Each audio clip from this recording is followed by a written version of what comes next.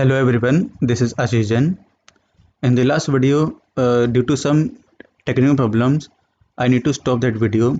So first let's discuss what we have covered so far. So first we have already discussed what is holding company and what are the various methods of holding. That means how the holding company control over its subsidiary company. Okay, so we have taken some examples. Okay, then what will happen after holding? That means every company need to maintain their consolidated balance sheet after holding. Okay, so this is the method for preparing consolidated balance sheet. By we need to make either there is a loss or profit. If there is a loss, then there will be capital loss, and we will set off through goodwill. And if there is a profit, then we will set off through capital reserve. Okay. Now let's discuss how to calculate holding or ownership. Calculation of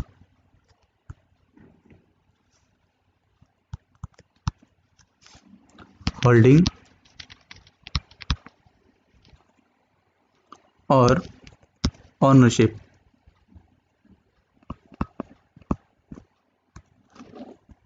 देखिए कैसे करेंगे. Let's suppose 60,000 shares acquired by holding company of its subsidiary company out of the total number of shares of holding of subsidiary company. Okay, subsidiary company के total कितने share है 1 lakh and out of 1 lakh holding company holds 60,000 shares of its subsidiary company.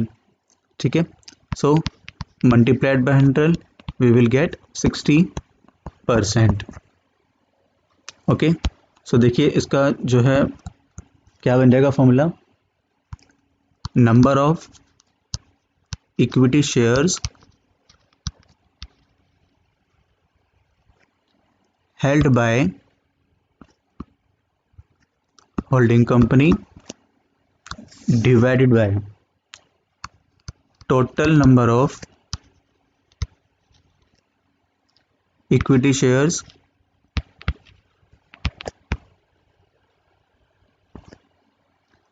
of subsidiary company multiplied by 100. Okay, so this will be the formula for calculating holding company.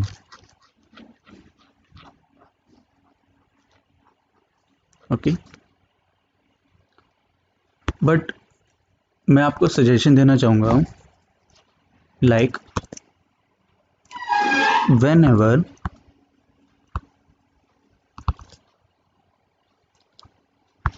percentage of holding comes in decimal, अगर decimal आया so always take in fraction. ठीक है, तो ये आपको बहुत ध्यान रखना है. दैट मीन्स अगर डेसिमल पे आया तो आपको क्या करना है फ्रैक्शन. लेट्स सपोज एग्जांपल लेते हैं. सपोज होल्डिंग कंपनी ने एक्वायर करे 2000 शेयर्स आउट ऑफ 3000 शेयर्स. ठीक है, अगर आप इसको मल्टीप्लाई 100 करेंगे तो आपकी कितनी परसेंट आएगी 66.67. ठीक है, so sometimes it's very difficult to calculate all the values, so it's better to take in fraction. So आप इसको बस ऐसे लेना कि 2/3, दैट्स इट. आप इसी को ही फ्रैक्शन लेके आप इसी कैलकुलेशन करना पूरे क्वेश्चन में. Is it clear? So now let's start with the illustrations of holding company.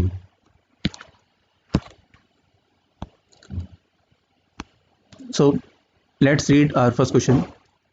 Now the first question is, from the following balance sheets of holding company, holding H company and its subsidiary S Limited as on 31st March 2017, prepare a consolidated balance sheet. Okay, क्या क्या given आपको. आपको share holders यानी share capital given है of rupees 100 each. H limited कितने हैं 10 lakh, S limited के 5 lakh.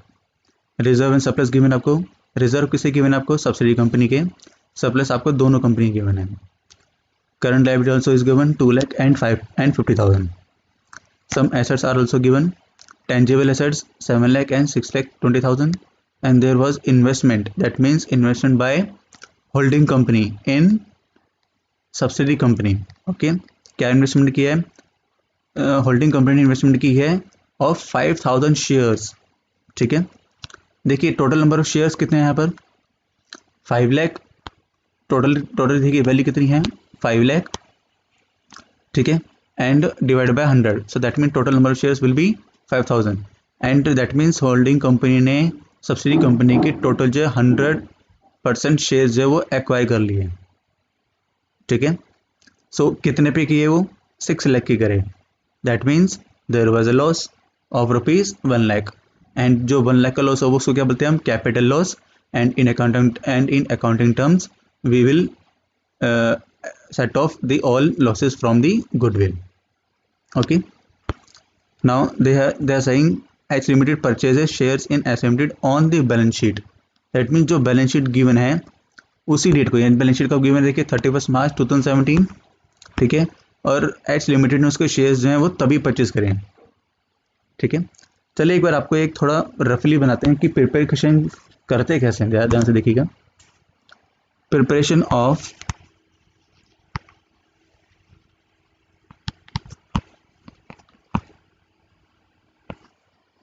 consolidated balance sheet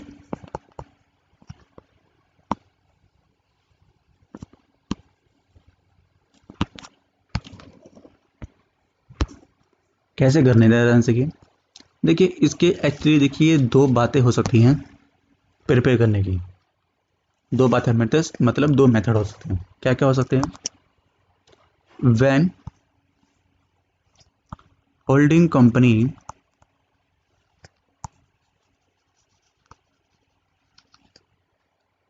acquires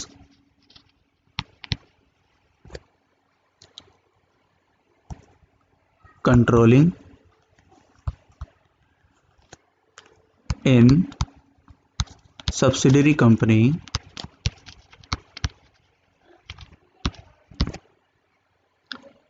कब किया है at the date of balance sheet, that means जो बैलेंस शीट गिवन है उसी डेट पे ही होल्डिंग कंपनी ने सब्सिडी कंपनी के शेयर जो है वो एक्वायर कर लिए। ठीक है, सपोज अगर आपको बैलेंस शीट 31 मार्च 2020 की गिवन है। ठीक है, सो एच कंपनी ने यानी कि होल्डिंग कंपनी ने इसी डेट को, सेम डेट को ही जो है उसके शेयर जो है एक्वायर कर लिए। ठीक है, तो इसमें भी देखिए फर्दर 2 केसेस हो जाएंगे, या तो हो सकता है कि कंपनी होल्डिंग कंपनी जो है सब्सिडी कंपनी के 100% शेयर्स जो एक्वायर कर लिए, या फिर मोर देन 50%। ठीक है, जैसा हमने लास्ट क्लास में पढ़ा था कि एक कंपनी दूसरी कंपनी कंट्रोल कर सकती है by acquiring more than 50% of shares. ठीक है, तो या तो 100% कर ले या तो मोर देन 50%, वो कितना भी हो सकता है 60, 70, 80, 90 कुछ भी हो सकता है। ठीक है, सो ये था आपका first case, that is when holding company acquires holding in subsidy company at the date of balance sheet. याद रखना ये क्या लिखा है at the date of balance sheet, इस पर आपका फोकस करना है। ठीक है, now the next case is when holding company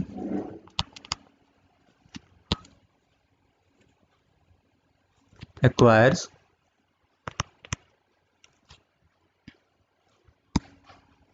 controlling in subsidiary company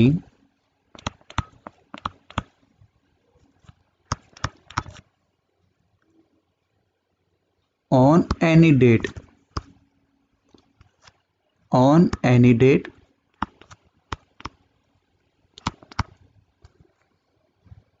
earlier than date of balance sheet। तो यहाँ पर आपको किससे फोकस करना है, on any date, sorry, on any date earlier than balance sheet. ठीक है, यानी कि जो date of balance sheet given है उस डेट से पहले पहले कभी भी अगर होल्डिंग कंपनी सब्सिडी कंपनी के शेयर कवर की हैं तो उसमें हम कंसोलिडेटेड बैलेंस शीट कैसे प्रयोग करेंगे वो हम यहाँ पढ़ेंगे। ठीक है, तो सेकंड केस के बारे में हम बाद में डिस्कस करेंगे, पहले हम जो है फोकस करेंगे फर्स्ट केस में, that means when holding company acquires controlling in subsidy company at the date of balance sheet. ठीक है, सो अभी हमने फर्स्ट क्वेश्चन यही पढ़ा था, फर्स्ट क्वेश्चन हमने ये पढ़ा था। देखिए बैलेंस शीट कौन सी गिवन है आपको, 31 मार्च 2017 की, एंड लास्ट में देखिए क्या पढ़ा है, क्या लिखा है, H limited purchases shares in S S limited on the balance sheet that is on 31 March 2017।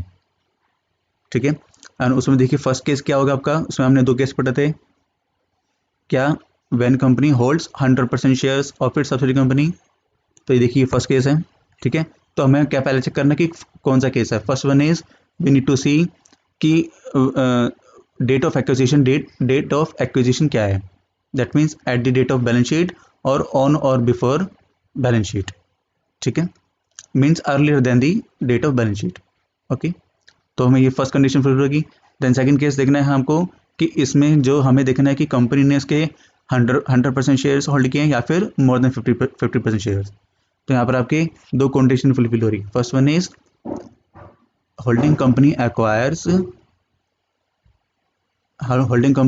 Acquires A subsidy company on the given balance sheet, first one ये कंडीशन फुलफिल होगी, and second one is holding company holds 100% share of its subsidiary company. Okay, now let's prepare its consolidated balance sheet first.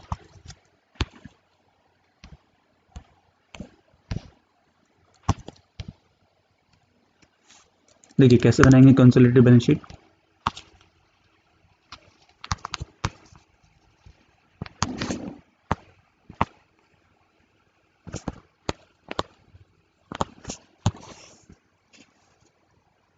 आपको जो है schedule 3 के according आपको balance sheet prepare करनी है।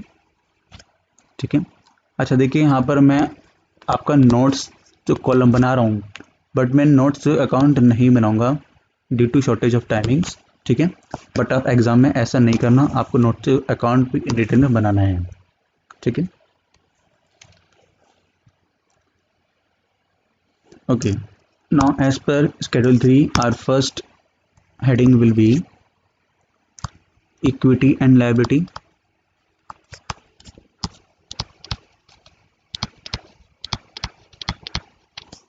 Okay, then इसमें आपका फर्स्ट क्या होता है, आपका शेयर होल्डर्स फंड,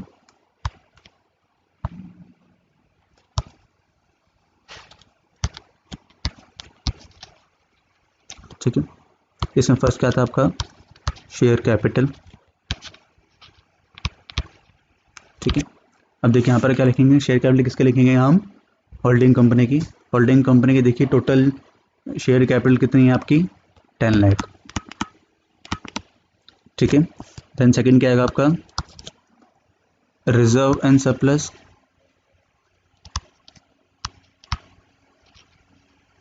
ठीक है, now as per the question reserve and surplus कितना है आपका ₹1 लाख। देखिए आप जो क्वेश्चन जो वीडियो पोस्ट करके पढ़ सकते हैं। ठीक है, मैं डायरेक्ट यहाँ पर जो है कुछ क्वेश्चन की जो प्रॉब्लम जो है वो यहाँ पर सॉल्व कर रहा हूँ। ठीक है, देखिए रिजर्व एंड सरप्लस कितना है ₹1 लाख। ठीक है, आप देख सकते हैं, देखिए यहाँ पर कितना है आपका 1 लाख है यहाँ पर ये। ठीक है, होल्डिंग कंपनी का 10 लाख था एंड होल्डिंग कंपनी का रिजर्व कितना है 1 लाख। ठीक है,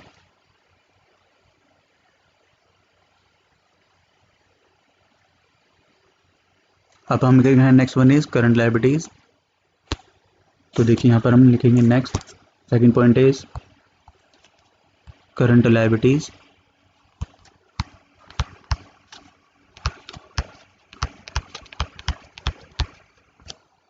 ठीक है, देखिए टोटल करंट लायबिलिटीज कितनी है 2 लाख प्लस 50,000 दैट इज 2,50,000। ठीक है,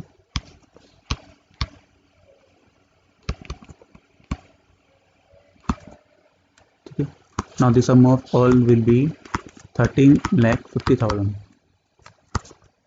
Okay.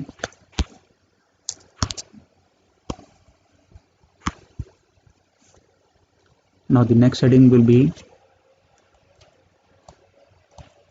assets. ठीक है, एसेट्स में देखिए फर्स्ट पॉइंट क्या था आपका, non current assets.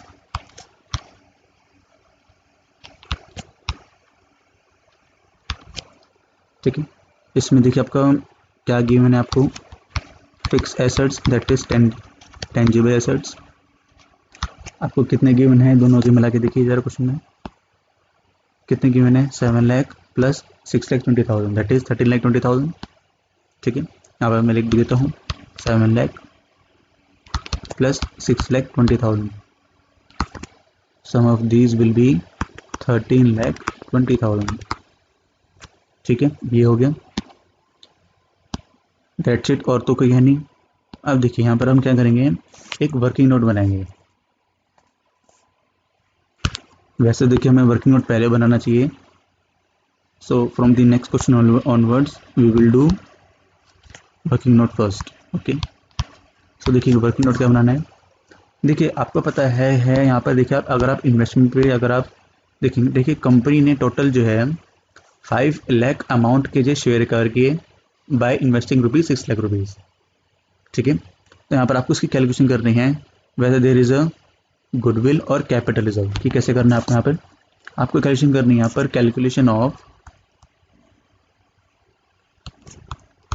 Calculation of cost of control, calculation of cost of control, ये किस लिए कैलकुलेट करते हैं, whether there is a capital profit और कैपिटल लॉस। ठीक है, तो क्या करना हमें देखना, first one is cost of investment, holding company ने कितना इन्वेस्ट किया। ठीक है, कितना इन्वेस्ट किया, ₹6 लाख। ठीक है, लेस क्या करेंगे हम इसमें से, अब लेस क्या करेंगे, first one is share capital, कि ये इन्वेस्ट करके कंपनी ने कितने शेयर एक्वायर करिए, plus reserve and surplus also, reserve and surplus also. ठीक है, देखिए शेयर कैपिटल कितने उन्होंने इन्वेस्ट किए, कितने एक्वायर किए, 5 लाख के। ठीक है, और आप बैलेंस शीट में देख सकते हो कि कंपनी के पास रिजर्व भी था, सब्सिडी कंपनी के पास कितना 20,000, तो यहाँ पर 20,000 भी आ जाएगा। ठीक है, लेस करके देखिए कितना अमाउंट आएगा, 30,000, and this 30,000 will be goodwill.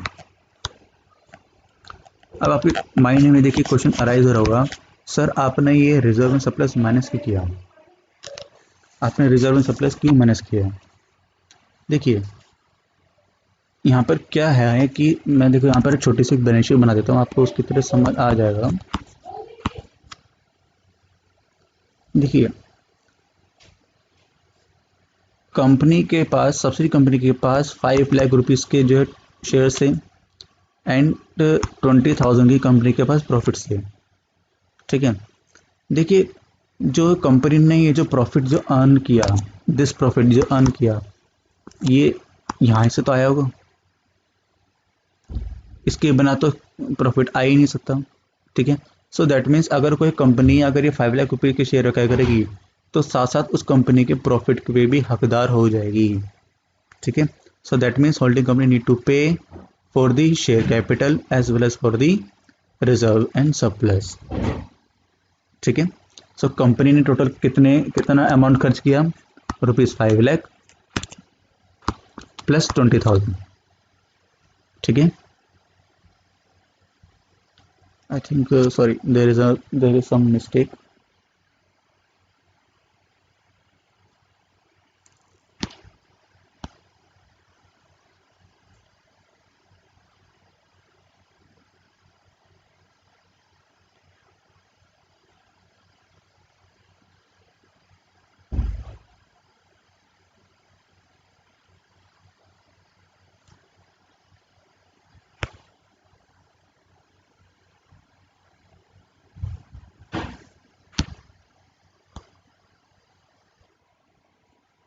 Sorry, there was a mistake. Actually, there was a total of reserve surplus is 20 plus 50, that is 70,000. सो मेरे को जो यहाँ पर जो है अमाउंट लिखना था 70,000, ठीक है, 70,000, ठीक है। तो दैट मीन्स गुडविल का अमाउंट कितना हो गया 30,000, ठीक है। तो देखिए यहाँ पर मैं ये कहना चाह रहा था कि कंपनी को अगर होल्डिंग कंपनी को सबसे कंपनी की शेयर होल्ड करने हैं तो साथ साथ उसकी कंपनी के प्रॉफिट की पेमेंट जो वो भी पेमेंट करनी पड़ेगी, ठीक है। तो यहाँ पर गुडविल का अमाउंट कितना है 30,000। गुडविल कहाँ लिखेंगे हम, यहाँ पर लिखेंगे हम intangible assets,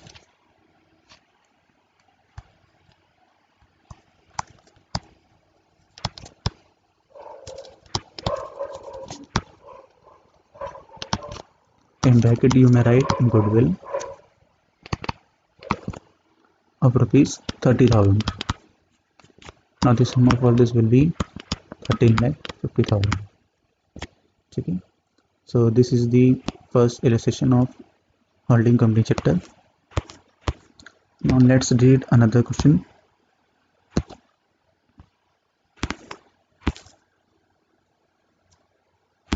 From the following information, prepare consolidated balance sheet of H Limited and S Limited. आपको दिया गया क्या गिवन है, share capital of rupees 10 H 50,000 and 20,000, reserve and surplus given है आपको, करंट लायबिलिटीज गिवन है आपको, देन फिक्स एसेट्स भी गिवन है, एंड देन करंट इन्वेस्टमेंट देखिए क्या है यहाँ पर, investment in shares of S limited 2,000 shares at cost. कितने शेयर कवर किए 2,000 शेयर्स, टोटल कितने शेयर्स थे देखिए 20,000 थे एस लिमिटेड के, बाई 10 दैट इज 2,000, ठीक है। एंड लास्ट लाइन क्या लिखी है, H limited acquires the shares on 31 March 2020 and balance sheet आपको कब की गिवन है, आपको 2020 की गिवन है। तो देखिए दोनों कंडीशन फुलफिल होगी। फर्स्ट वन इज कि what will be the what is the date of acquisition, ठीक है, डेट ऑफ एक्विजिशन क्या है। देन नेक्स्ट वन इज कि होल्डिंग परसेंटेज कितना है, ठीक है। तो दो कंडीशन फुलफिल हुई, that means there is a first case होगा। तो देखिए यहाँ पर हम कर लेते हैं क्वेश्चन नंबर सेकंड। पहले तो हम निकालते हैं परसेंटेज ऑफ होल्डिंग,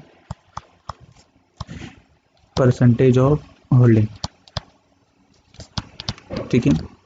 देखिए कितने शेयर्स थे 2,000 शेयर्स अगर करें out of total number of share that is again 2,000 multiply 100 that is total percent holding कितनी है 100% करनी है, ठीक है। अब हम सबसे पहले हम बनाएंगे यहाँ पर कैलकुलेशन करेंगे किसकी, वर्किंग नोट की। वर्किंग नोट किसी करेंगे, calculation of cost of control to know whether there is a loss और प्रॉफिट, ओके। तो देखिए यहाँ पर ध्यान से देखते हैं, देखिए यहाँ पर देखिए investment non current investment given आपको कितनी 23,000, शेयर्स कितने के थे 23,000 के, that means again there is a loss, ठीक है। तो यहाँ पर देखिए क्या करेंगे हम, cost of investment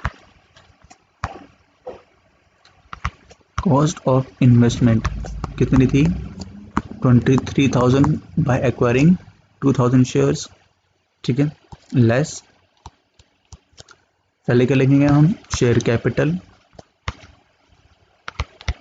100% share acquire किए हैं, कितने के थे वो 100% shares 20,000, and than less reserve and surplus.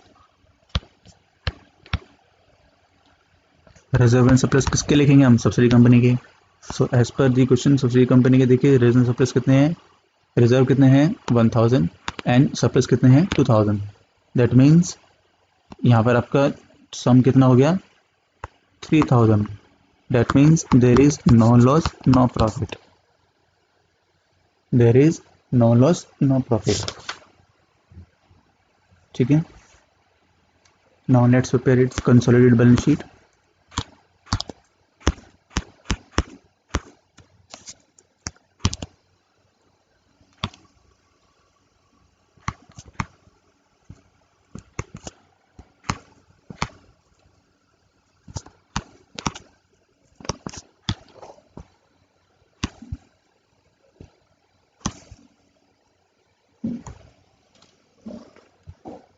particulars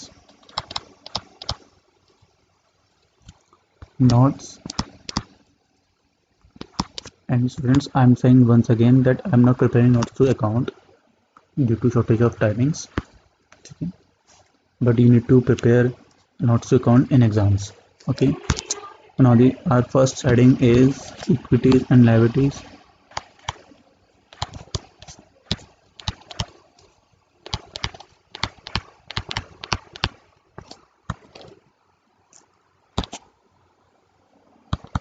first का क्या पॉइंट क्या हुआ, शेयर होल्डर्स फंड, ठीक है। And A point is share capital. Share capital किसके लिखेंगे यहाँ पर हम, ऑफ एच लिमिटेड। देखिए आपको पता है ना कि हम यहाँ पर एच लिमिटेड के शेयर कैपिटल लिखते हैं। हमने देखिए इन दी वेरी फर्स्ट वीडियो हमने देखा था कि हमें से देखना है कि उसका सेट ऑफ अमाउंट लिखना है, ठीक है। एंड सेट ऑफ किससे करेंगे हम, आइदर फ्रॉम कैपिटल रिजर्व और गुडविल, ठीक है। तो यहाँ पर शेयर कैपिटल सिर्फ होल्डिंग कंपनी के लिखेंगे। देखिए होल्डिंग कंपनी के देखिए शेयर कैपिटल कितने हैं, 50,000, ठीक है। So 50,000। Then next one is reserve and surplus.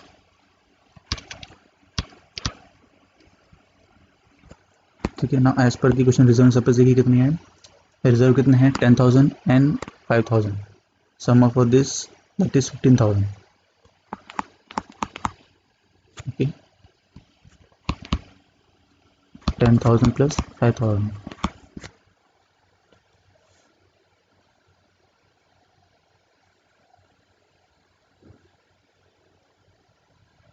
okay. Now next point is current liabilities.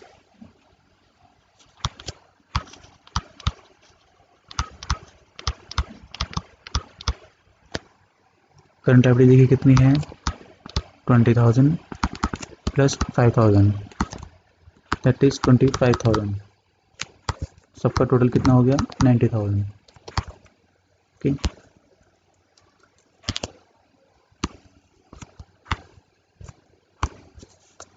Come to asset side.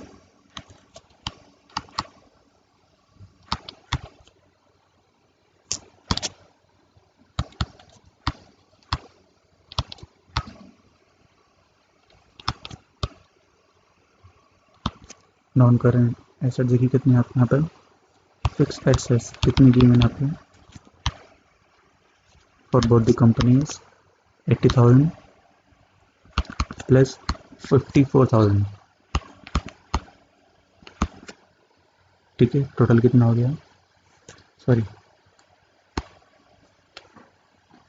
62,000 plus 28,000, okay. Total कितना हो गया, 90,000।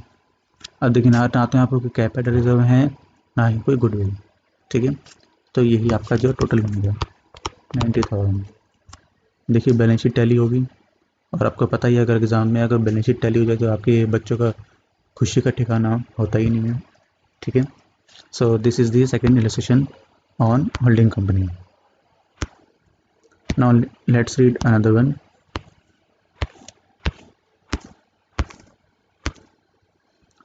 देखिए क्या गिवन है आपको, from the following information prepare a consolidated balance sheet of H limited and it's subsidiary company.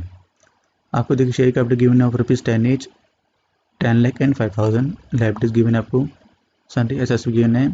देखिए asset में क्या लिखा हुआ है, investment in shares of rupees 10 each, कितने हैं 4 lakh, that means 40,000 shares acquire किए हैं। एंड सब्सिडियरी कंपनी कितने शेयर्स थे, यहाँ पर आपके 50,000 शेयर्स, दैट मीन्स सारे शेयर एक्वायर नहीं करे, ठीक है। एंड क्या लिखा हुआ है, H limited hold 80% share, given भी है ऑफ रुपीज़ एच लिमिटेड, ठीक है। तो देखिए यहाँ पर जो है अगेन, अच्छा यहाँ पर लिखा नहीं है कि हमें जो है बैलेंस शीट कौन सी डेट गिवन है, तो यहाँ पर एज्यूम करके चलते हैं यहाँ पर हम कि कंपनी होल्डिंग कंपनी ने जो है सब्सिडियरी कंपनी के जो शेयर्स हैं वो at the date of balance sheet पे ही एक्वायर किए हैं, ठीक है। तो देखिए हमने यहाँ पर 2 केस पढ़े थे। यहाँ पर देखिए पहला क्या होना चाहिए कि डेट जो है वो कब है, कंट्रोलिंग डेट का होना चाहिए at the date of balance sheet. तो 2 केस होते हैं, या तो 100% हो सकते हैं या फिर मोर देन 50% शेयर्स। तो यहाँ पर देखिए फर्स्ट कंडीशन तो फुलफिल होगी, बट सॉरी कौन सी फुलफिल हो रही है आपकी, ये वाली फुलफिल हो रही है एंड ये वाली हो रही है। ठीक है, तो देखते हैं यहाँ पर कैसे करेंगे।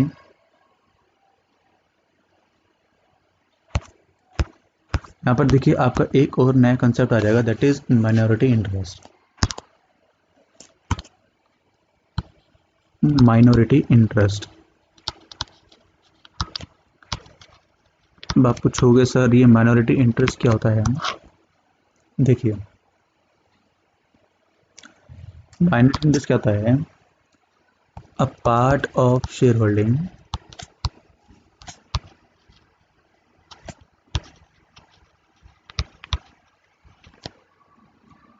which is not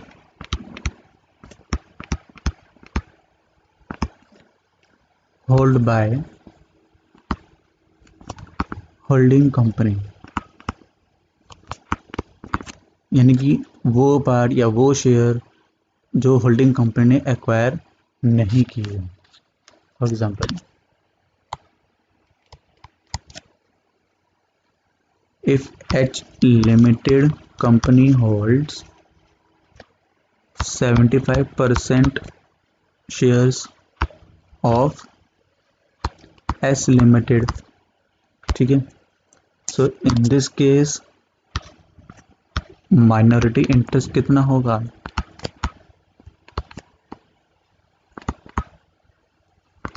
will be 25% of shares. ठीक है, देखिए माइनॉरिटी इंटरेस्ट बेसिकली मतलब क्या होता है, that means these are the shares which are actually held by the outsiders। ठीक है, दैट मीन्स वो होल्डिंग कंपनी ने एक्वायर नहीं किए। ठीक है, एंड वो इतने बड़े लार्ज नंबर्स में नहीं होते, तो उसको हम माइनॉरिटी वर्ड से इसको सजेस्ट करते हैं, दैट इज माइनॉरिटी इंटरेस्ट। ठीक है, सो देखिए अब हम जो हमने क्वेश्चन पढ़ा उसमें देखिए क्या था, कितने परसेंट शेयर्स कंपनी ने होल्ड किए थे, थर्ड क्वेश्चन में 80% शेयर होल्ड किए थे।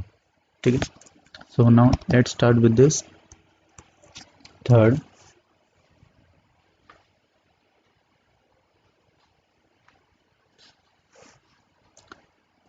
पहले तो हम निकालेंगे परसेंटेज होल्डिंग।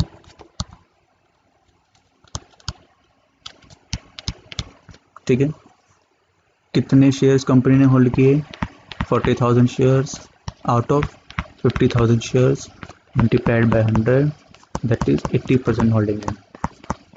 ठीक है, विच मीन्स माइनॉरिटी इंटरेस्ट कितना हो गया,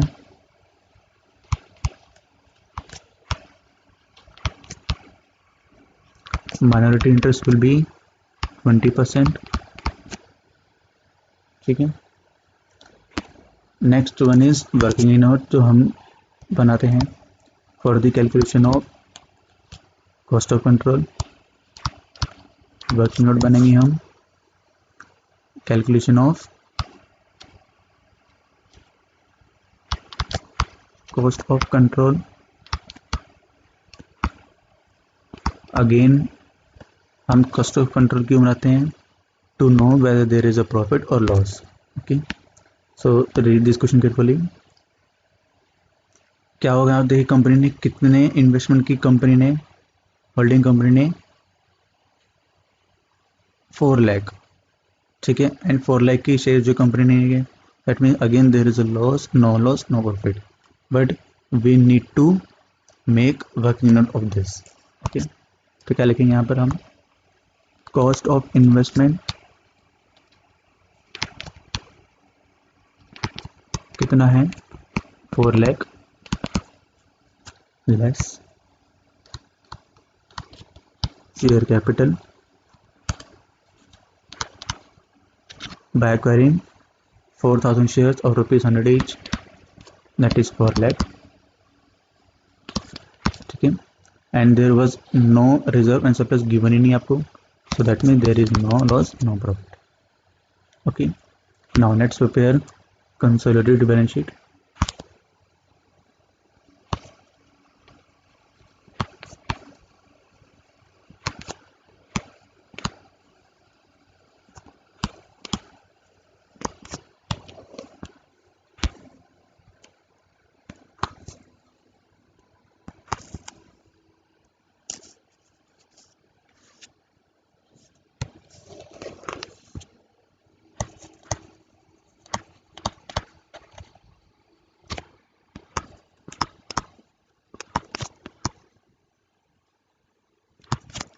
First heading will be equity and liabilities.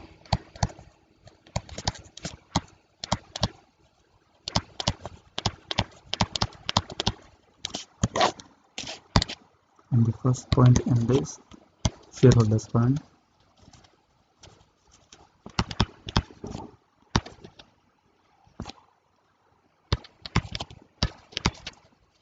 Share capital of H Limited only, that is rupees 10 lakh.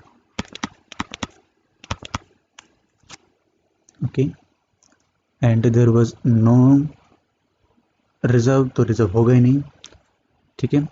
But अब जरा ध्यान से देखिए, यहाँ पर आपको एक और कैलकुलेशन करनी है, that is calculation of minority interest, ठीक है।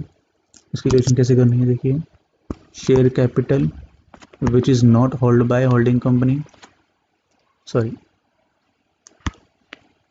शेयर कैपिटल, ये कितना परसेंट शेयर था, 80% था, तो यहाँ पर रिमेनिंग आएगा दैट इज 20%, कितना आएगा, ₹1 लाख, ठीक है।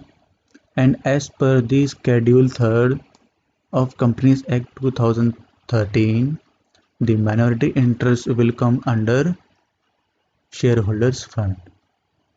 ओके, बिकॉज ये जो कंपनी का जो है, कंपनी ने ये को एज ए रिजर्व ट्रीट करते हैं, ठीक है। सो हम इसको क्या करेंगे, यहाँ पर आप चाहे लिख भी सकते हो, यहाँ पर क्या लिखेंगे, as per schedule 3 this will come under share holders fund, ठीक है। तो अब ये 1 लाख रुपीज़ का जो अमाउंट है वो यहाँ पर लिखेंगे माइनॉरिटी इंटरेस्ट,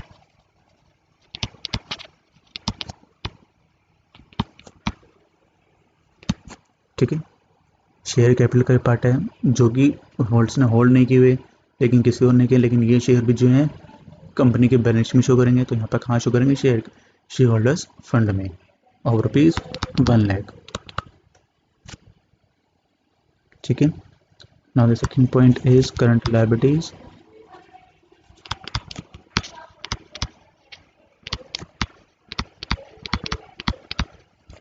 करंट लायबिलिटीज देखिए कितनी है, 2 lakh plus 2,40,000, that is 2,40,000,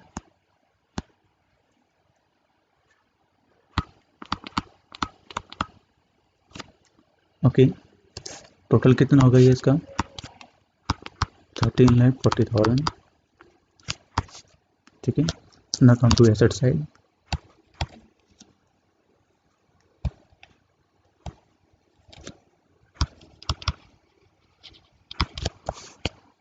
First point will be non-current assets.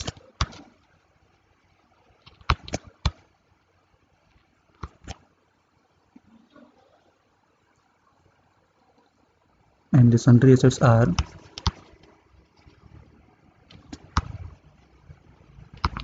Total कितना हो गया, 80,000 प्लस 54,000, टोटल कितना हो गया, 13,40,000।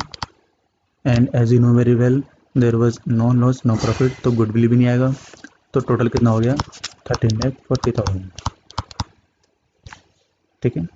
सो these are the illustrations of our first topic, that is when the holding company acquire the shares of subsidiary company on the date of balance sheet, ठीक है। तो आज हमने ये वाला पॉइंट जो है वो कवर कर लिया, ठीक है। सो in the next video we will do this second part, okay। So please keep watching my videos and please keep like and subscribe my channel. Thank you.